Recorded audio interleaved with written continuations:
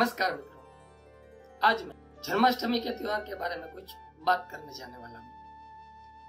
तो आप सभी इस त्योहार का महात्मा इस वीडियो में सुन सकते हैं। आइए जानते हैं कि 2020 में जन्माष्टमी कब है व जन्माष्टमी 2020 की तारीख व मुहूर्त क्या है और जन्माष्टमी का त्योहार हम सब क्यों मनाते हैं और इसका इतिहास, पौराणिक कथा सभी आज के वीडियो में आपके सामने पेश करने जा रहा हूँ। जन्माष्टमी का त्योहार श्री कृष्ण के जन्मोत्सव के रूप में मनाया जाता है। मथुरा नगरी में अशुरराज कंस के कारागृह में देवकी की 8वीं संतान के रूप में भगवान श्री कृष्ण भाद्रपद कृष्ण पक्ष की अष्टमी को पैदा हुए। उनके जन्म के समय अर्धरात्रि थी, चंद्रमा उदय हो रहा था और उस समय रोहिणी नक्षत्र भी था, इसलिए इस दिन को प्रतिवर्ष कृष्ण जन्मोत्सव के रूप में मनाया जाता है। अभी जन्माष्टमी की कथा के बारे में मैं बात करने जा रहा हूँ। द्वापर युग के अंत में मथुरा में उग्रसेन राजा राज्य करते थे। उग्रसेन के पुत्र का नाम कंस था। कंस ने उग्रसेन को बलपूर्वक सिंहासन से उतारकर जेल में डाल दिया और स्वयं राजा बन गया। कंस की बहन देवकी का विवाह यादव कुल में वासुदेव के साथ निश्चित हो गया। जब कंस देवकी को विदा करने के लिए रथ के साथ जा रहा था तो आकाशवाणी हुई, हे कंस, जिस देवकी को तू बड़े प्रेम से विदा कर रहा है उसका 8वां पुत्र तेरा संहार करेगा।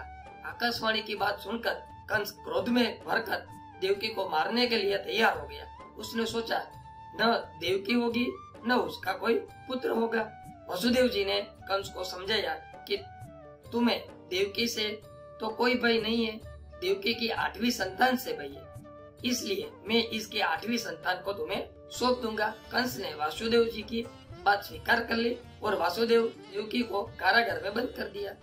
तत्काल नारद जी वहां पहुंचे और कंस से बोले कि यह कैसे पता चलेगा कि 8वां गर्भ कौन सा होगा, गिनती प्रथम से शुरू होगी या अंतिम गर्भ से। कंस ने नारद जी के परामर्श पर देवकी के गर्भ से उत्पन्न होने वाले समस्त बालकों को एक एक करके वीरता पूर्वक मार डाला। अब आपको बात करने जा रहा हूँ कि कब हुआ श्री कृष्ण का जन्म। जन्माष्टमी भगवान श्री कृष्ण के जन्मोत्सव को ही कहा जाता है।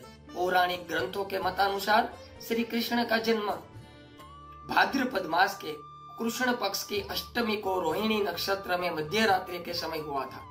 अतः भाद्रपद मास में आने वाले कृष्ण पक्ष की अष्टमी को यही रोहिणी नक्षत्र का भी संयोग हो तो वह और भी भाग्यशाली माना जाता है।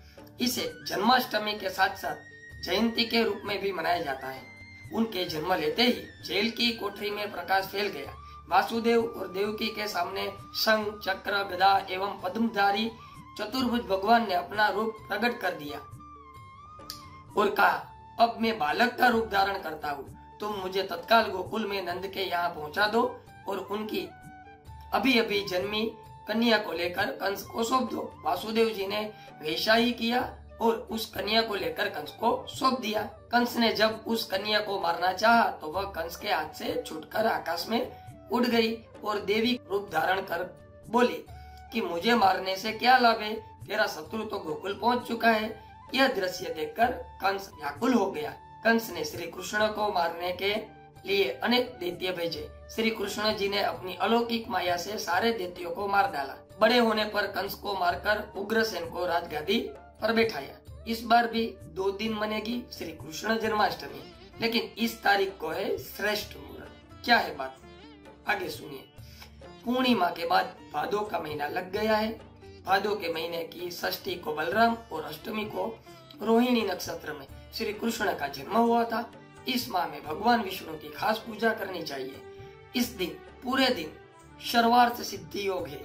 ज्योतिषाचार्य अनीश व्यास का कहना है कि जन्माष्टमी पर राहु काल दोपहर 12:27 से 2:06 तक रहेगा। इस बार जन्माष्टमी पर कृतिका नक्षत्र रहेगा। उसके बाद रोहिणी नक्षत्र रहेगा जो 13 अगस्त तक रहेगा।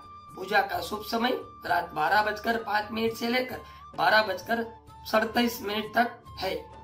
12 अगस्त को जन्माष्टमी मानना श्रेष्ठ क्यों है, तो उसके बारे में मैं सुनाता हूँ आपको। जन्माष्टमी पर भगवान कृष्ण को दक्षिणावर्ती शंख से अभिषेक कर पंचामृत अर्पित करना चाहिए, माखन मिश्री का भोग लगाए। हर बार की तरह इस बार भी जन्माष्टमी 2 दिन मनाई जा रही। 11 और 12 अगस्त दोनों दिन जन्माष्टमी का त्योहार मनाया जा रहा है, लेकिन 12 अगस्त को जन्माष्टमी मानना श्रेष्ठ है। मथुरा और द्वारिका में भी 12 अगस्त को जन्मोत्सव मनाया जाएगा। उसके अगले दिन दैनिक दिनचर्या वाले लोग जन्माष्टमी मनाते हैं। मथुरा में जन्माष्टमी का उल्लास कैसा है, इसकी बात करते हैं। श्री कृष्ण जन्माष्टमी के पावन मौके पर भगवान कान्हा की मोहक छवि देखने के लिए सुदूर इलाकों से श्रद्धालु मथुरा पहुंचते हैं। श्री कृष्ण जन्मोत्सव पर पूरी मथुरा और वहां पहुंचे हुए श्रद्धालु कृष्ण में हो जाते हैं। मंदिरों को खास तौर पर सजाया जाता है। मथुरा और आसपास के इलाकों में जन्माष्टमी में स्त्री के साथ साथ पुरुष भी 12 बजे तक का व्रत रखते हैं। इन दिन मंदिरों में झांकियां सजाई जाती है और भगवान कृष्ण को झूला झुलाया जाता है और रासलीला का आयोजन होता है। द्वारकाधीश, बिहारी जी एवं अन्य सभी मंदिरों में इसका भव्य आयोजन होता है, जिनमें भारी भीड़ होती है। भगवान के श्री विग्रह पर हल्दी, दही, घी, तेल, गुलाब जल, मक्खन, केसर, कपूर आदि चढ़ा ब्रजवासी उसका परस्पर लेपन और छिड़काव करते हैं तथा 56 भोग का महाभोग लगता है। वाद्य यंत्रों से मंगल ध्वनि बजाई जाती है। जगत गुरु श्री कृष्ण का जन्मोत्सव निसंदेह संपूर्ण विश्व के लिए आनंद मंगल का संदेश देता है। संपूर्ण ब्रजमंडल नंद के आनंद भयो जय कन्हैया लाल की, नंद के आनंद भयो जय कन्हैया लाल की जैसे जय घोषों पर वह बधाइयों से गुंजायमान होता है। इस जन्माष्टमी का व्रत और पूजा किस तरह से करनी चाहिए, इसकी मैं आपको बात करता हूँ। जन्माष्टमी के दिन भगवान श्री कृष्ण की पूजा और भक्ति के लिए उपवास करें। अपने घर की विशेष सजावट करें। घर के अंदर सुंदर पालने में बाल कृष्ण श्री कृष्ण की मूर्ति स्थापित करें। रात्रि 12 बजे श्री कृष्ण के पूजन के पश्चात प्रसाद का वितरण करें। विद्वानों, माता पिता और गुरुजनों के चरण स्पर्श कर उनसे आशीर्वाद लें। उसके साथ ही यह ध्यान रखें कि परिवार में कोई भी किसी भी प्रकार के नशीले पदार्थों का सेवन बिल्कुल न करे।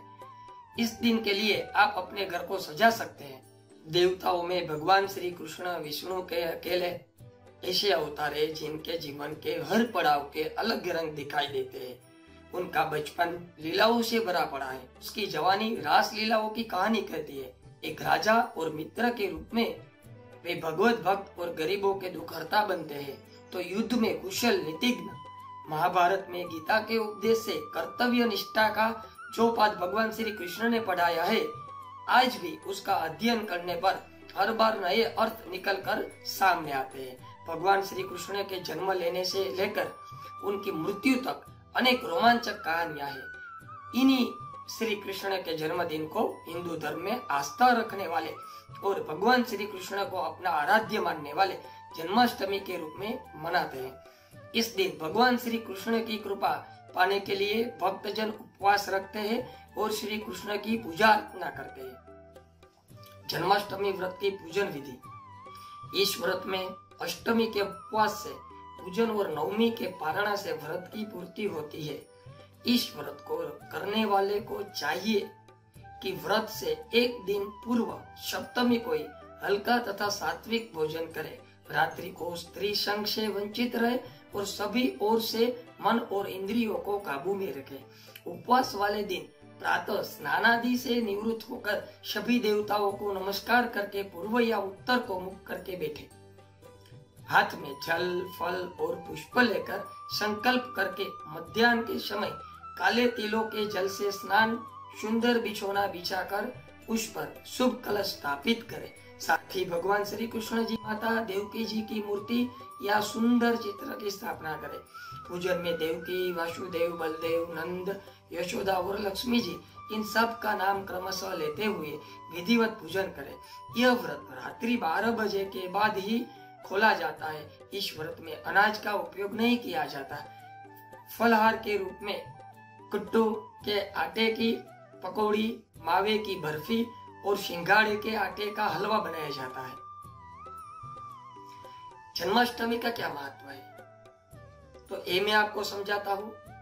इस दिन देश के समस्त मंदिरों का श्रृंगार किया जाता है। श्री कृष्ण अवतार के उपलक्ष्य में झांकियां सजाई जाती है। भगवान श्री कृष्ण का श्रृंगार करके झूला सजा के उन्हें झूला झुलाया जाता है। स्त्री पुरुष रात के 12 बजे तक व्रत रखते हैं। रात को 12 बजे शंख तथा घंटों की आवाज से श्री कृष्ण के जन्म की खबर चारों दिशाओं में गूंज उठती है। भगवान कृष्ण जी की आरती उतारी जाती है और प्रसाद वितरण किया जाता है। इस वीडियो के साथ मैं आशा करता हूँ कि जन्माष्टमी के पावन पर्व पर आपको भगवान कृष्ण की असीम कृपा प्रदान हो। जय श्री कृष्ण।